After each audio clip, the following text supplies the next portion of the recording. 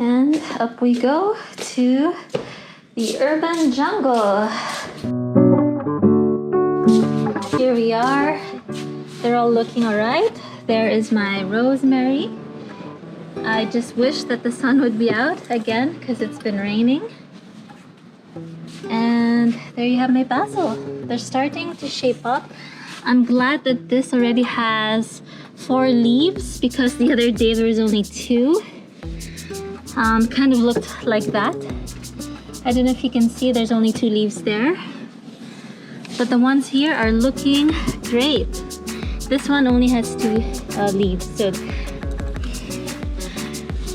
I don't know if you can tell, but I'm running out of breath. That's when you know you're out of shape. Just when you go up a few steps and then all of a sudden you can't breathe. I guess that's what the lockdown or the pandemic has made me, is out of shape because I'm just at home. But have a look at my previous seeds germinating. I just did this yesterday, so there's no leaves just yet. But again, you see, you want it to be sealed properly, and this one's already forming like moist, and that's what you want to see. The container should be tight enough that the air doesn't go in. This one was like 2 days ago. I don't know if you can see, but there are already leaves starting to form. I'll see if I can open this for you so you know more or less what to expect when you do plan to germinate with this method. I've seen other people put it straight in the soil, but for me this is a better way because it's a sure win that a lot of your seeds will germinate. Just want to be careful. So yeah, this is really sealed properly. So ta-da! They're still so baby-ish, and that's definitely not ready to be transplanted yet. So I'll leave this for another, I would say 2 days. 2 or 3 days. So I just put them by the window here where it gets a little bit of sun. But again, you want to make sure that the air doesn't enter. I was thinking, what have you guys been doing during this lockdown or during the pandemic? I know a lot of us haven't been going out because we all want to keep safe. Like for me personally, I am working from home. I'm doing a lot of work creating content and posting for other people's brands. But you know, this lockdown has really brought out a lot of it's brought out a lot of work that people are now doing that they actually really love. Like for example, I know someone who was taking up law, or who graduated from law, and she just wasn't happy because she was overworked. She was pretty stressed, and then right now she's a yoga teacher and she does a lot of card reading and things like that, so more on the spiritual wellness. And she completely quit her job from law. And I also know someone who was doing a corporate kind of work, and now he's cooking and catering and doing that for a living, and having his food delivered to people's homes. So in a way, the pandemic has pushed people to kind of do what you really wanted to do initially. That can be okay for some people, but of course all of it is not going to be pros because some people have closed shops. So I know someone who used to have a gown rental shop, and the sales used to be much better before the pandemic, but because you know everything is online, weddings are all online, it's not as great as it would have been before the pandemic. So there really is pros and cons, and I hope all of you are still keeping positive and being hopeful that tomorrow will always be another brighter day.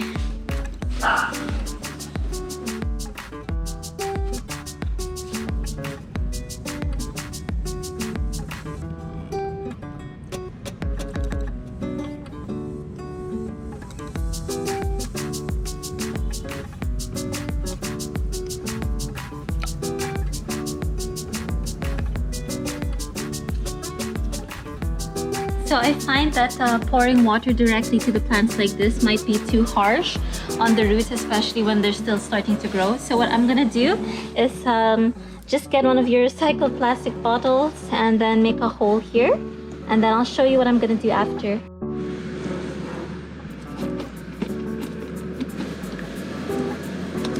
Oh my gosh, you really have to be strong to pierce through the plastic.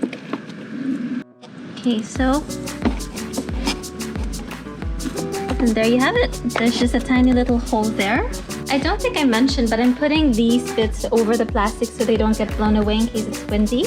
But back to the container, I feel like this is less abrupt for the plants or for your baby little plants. And you can just squeeze the bottle gently like that and little water will come out.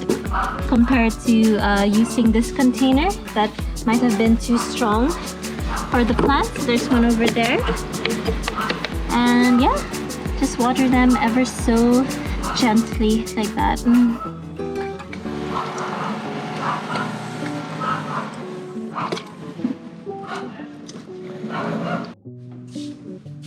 Okay, let's enter the other room.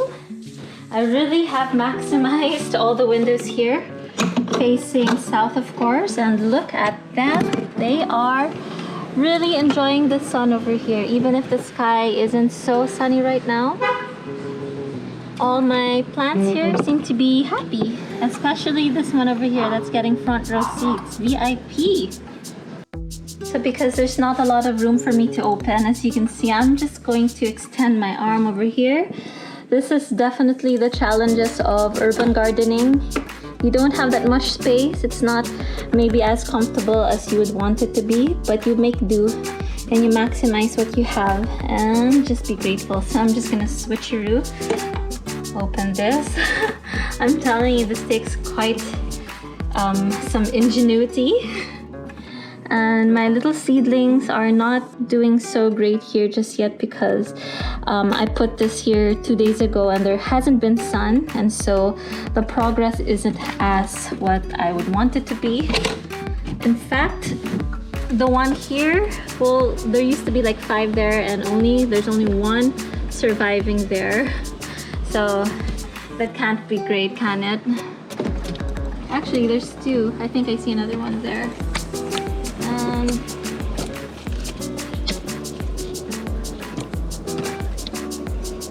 Just be hopeful and don't be discouraged in case some seedlings don't make it.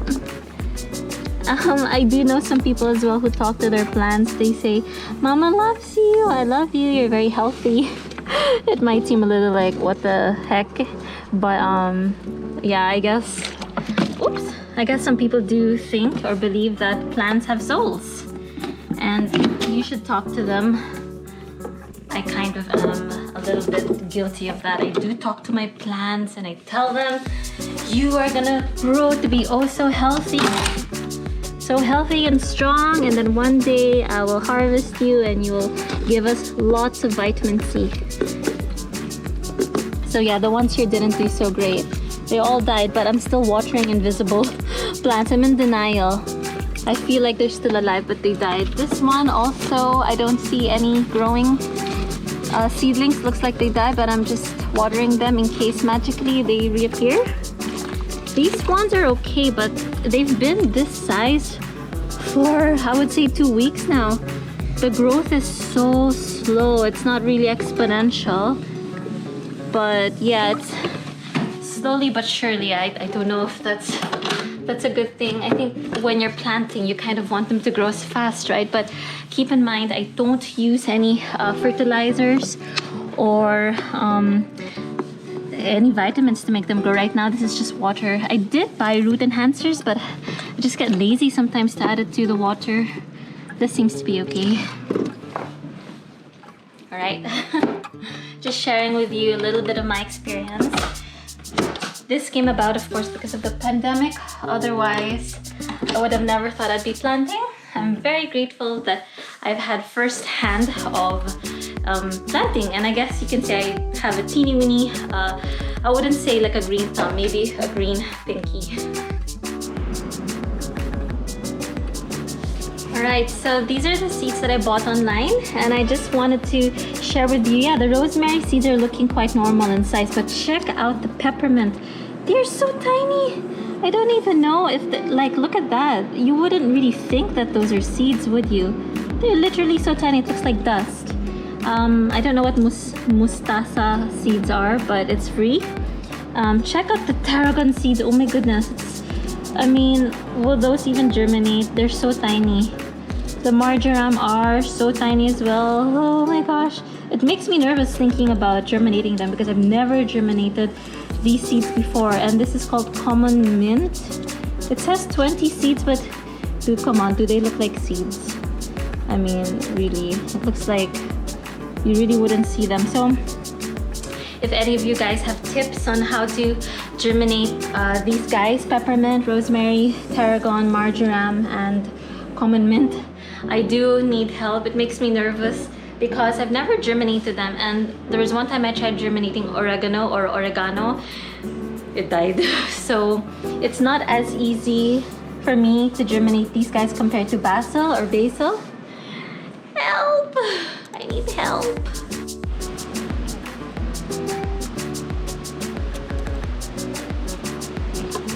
So right now, this is my workspace. I'm doing some editing, and I was just wondering if you're like me to make things a little bit different. Do you like to put on special lights like I have here? These are actually LED lights, so they're not hot at all.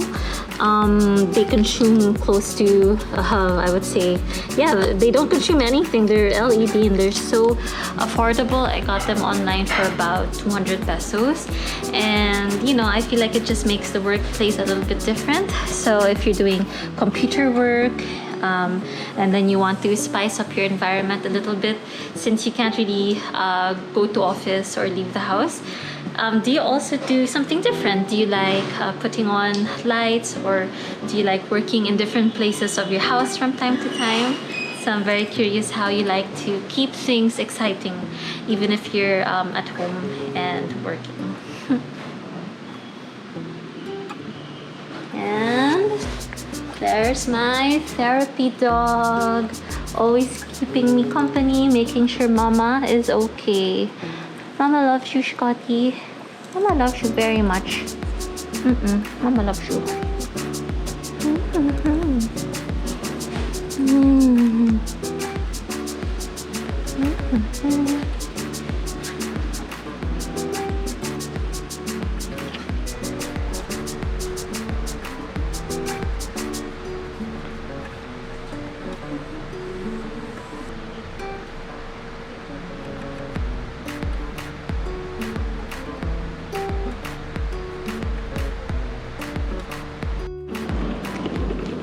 So it's another night here in the metro, and as you can see, some people are exercising. I think in the village, my neighbors prefer to exercise or to go for a walk at night. But I can understand because it can get really warm here in Manila. So living in a tropical country, you tend to go towards something cooler, whereas if you're living in countries like Europe or I guess the UK, you definitely take advantage of the sun. But here in the Philippines, it's the opposite. We look forward to something cooler. And this plant over there, I don't know if you can see, that's actually moringa or malunggay, and it's so healthy for you. I wish we could also grow that outside my house. They actually grow really easy, but for some reason I haven't been successful at it. I know you just chop off a branch and then put it in soil and it grows easily. So moringa or malunggay is abundant here in my village. Pretty cool.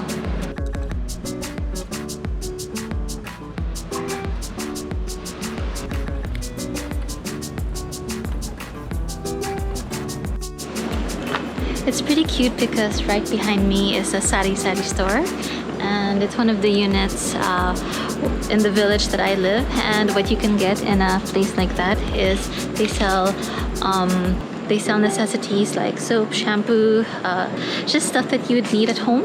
But also, if you want to have inuman or drinking at night, they don't sell alcohol, that's what I know, but they will sell chichirya or pulutan. So it's snacks that will go well with your beer or whatever poison you choose. So they will be selling crisps, junk food, and things alike.